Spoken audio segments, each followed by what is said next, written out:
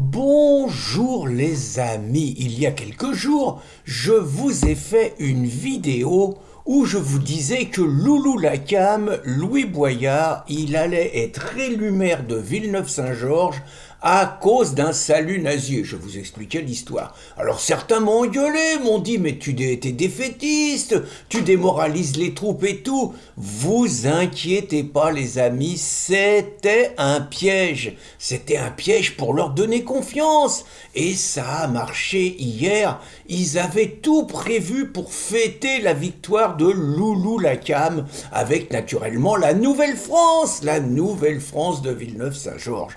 Et donc ils avaient prévu de faire la fête dans la mairie et tout avec du thé à la menthe. Ah bah oui, avec la Nouvelle-France, on sort pas les bouteilles de champagne.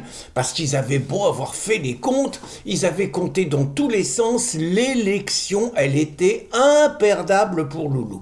Je rappelle les données, hein, ville de 35 000 habitants, 12 000 inscrits sur les listes électorales, un tiers, et au premier tour, un tiers seulement avait voté. Donc Loulou, il faisait 25%, les cocos qui se sont retirés parce qu'ils n'ont pas été capables de fusionner, conneries des insoumis.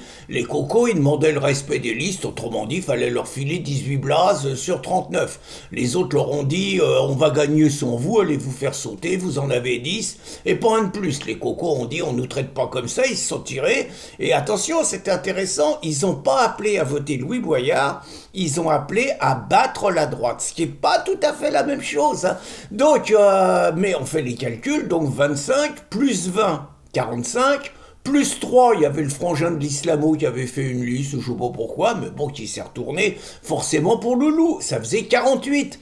Et on faisait les totaux de Christelniasme, LR, bah, vu que le maire se maintenait, Christelle, elle pouvait pas dépasser les 40%. Donc franchement, c'était imperdable, c'était gagné d'avance. Et puis, il s'est passé deux événements, à mon avis. Hein. D'abord, les communistes, ils sont mauvais joueurs. Mais surtout, la pire catastrophe pour les insoumis, c'est que les communistes, ils lisent Riposte laïque. Et je vais vous mettre donc un message, un article qu'on a écrit, où on leur a expliqué pourquoi dans leur intérêt, parce que les communistes, faut pas se raconter d'histoire, hein. Il n'y a pas les islamo-gauchistes de LFI et puis les républicains, communistes, socialistes et écolos. Hein. Ce que reprochent les non-LFI, c'est simplement que les filles sont meilleurs qu'eux pour capter le vote musulman. Sinon, ils sont pas plus républicains, hein, c'est les mêmes chacals. Donc, toujours est-il que les communistes ont réfléchi et qu'il y a les prochaines élections municipales en 2026. Or, les communistes avaient-ils intérêt, s'ils veulent reprendre la ville, ce qui est leur objectif, est-ce qu'ils avaient intérêt à installer Loulou Lacam dans la mairie et que l'autre, il se mette tout un état-major qui va lui permettre finalement de préparer les municipales, et quand on a l'appui d'une mairie pour préparer les municipales, c'est un peu plus facile. Donc les cocos qui sont loin d'être des imbéciles, hein, les cocos ont compris qu'ils avaient intérêt à voter Christelniasme, même s'ils disaient le contraire, pour battre LFI. Et c'est exactement ce qui s'est passé, donc massivement, parce que les calculs c'est facile à faire, hein, on est passé de 33% à 40%, et malgré ça, Louis Boyard fait moins quand on additionne ses voix du premier tour et les voix des communistes au deuxième tour. Donc c'est clair qu'il y a au moins, je dis bien au moins la moitié des communistes, qui ont voté LR pour se débarrasser de Loulou Lacam. Alors Jean-Luc, normalement Jean-Luc, tout était prévu.